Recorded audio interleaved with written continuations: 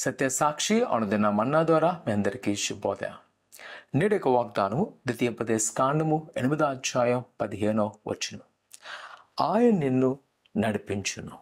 ప్రియకుమార కుమార్తె ఉదయకాల సమయంలో ప్రవక్త అయిన మోషే గారు ఇంకా ప్రభు ఎద్దుకు వెళ్ళబోతున్న సమయంలో ఆ ప్రజలకు ఇస్తున్న మాట ఏంటంటే, ఇదిగో ఇక్కడి నుంచి వాగ్దాన దేశానికి ఆయన మిమ్మల్ని నడిపించును. ఆ సమయంలో వారు అనుకున్నారు, ఇంకా మోషే లేకపోతే మేము వెళ్ళలేమని. కనప్రి సంగమా, దేవుడు యెహోషువ నిలబెట్టి ఆయనే తోడుండి వారిని వాగ్దాన దేశం నడిపించాను. ఈరోజు ఒకవేళ మనము దేవుని వాగ్దానం పొందుకున్న మనము మన చుట్టూ వారు మనను ఆవరించి ఉండొచ్చు. ప్రతికూల పరిస్థితులు ఉన్నాయి, ఎవరు నిందించడానికి అవమానిస్తున్నారు, మన వెనక్కి లాగేవారే ఉన్నారు. కానీ భయపడక ఆయన నడిపిస్తాడు, ఆయనకి సహాయం చేస్తున్నాడు. నువ్వు ఆందోళన చెందక, దిగులు చెందక, ధైర్యంగా ఉండు. ప్రభువు నీకు సహాయం చేస్తున్నాను. నా ప్రసంగమా, ఆ నిలబెట్టే దేవుడు, ఆశీర్వదించే దేవుడు.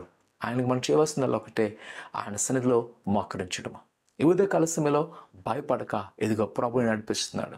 ఒకవేళ ఈరోజు నువ్వు ఒంటరిగా ఏడుస్తున్నావేమో, అధికారుల దగ్గర వెళ్ళవలసినది, లేదా నీ పనిబాటును సఫలం చేయాల్సింది, కానీ ఒక్కడు ఉన్నావు అనుకుంటున్నావేమో, ఒక్క ధనం ఉన్నావు అనుకుంటున్నామో, కానీ వాగ్దానం తెలియజేస్తుంది, ఆయన నిన్ను నడిపించును, ఆయన నీకు సహాయం చేయను. భయపడక ప్రార్థన చేసుకుందాం. పరిశుద్ధుడా, దేవానికున్న నీ బిడ్డలైన వారిని జ్ఞాపకం చేసుకోండి. ఇదిగో నువ్వు వాగ్దానం ప్రకారం వారితో మీరు నడవండి, వారిని ధైర్యపరచండి, బలపరచండి, నీ కృపాక్షలు నింపి ఆస్వాదించండి. వారు ఏదేదో కోరుకున్నారో ఆ కోరికలు సిద్ధింపచేసి నీ హస్తాలు భద్రపరిచినైనా అన్ని చిత్తానుసారంగా వారిని బలపరిచి ఆశ్రయించి ఫలింపచేయమని యేసు నామమున తండ్రి, ఆమేన్. భయపడద్దు, ప్రభు మీకు సహాయం చేయను గాక. ఆమేన్.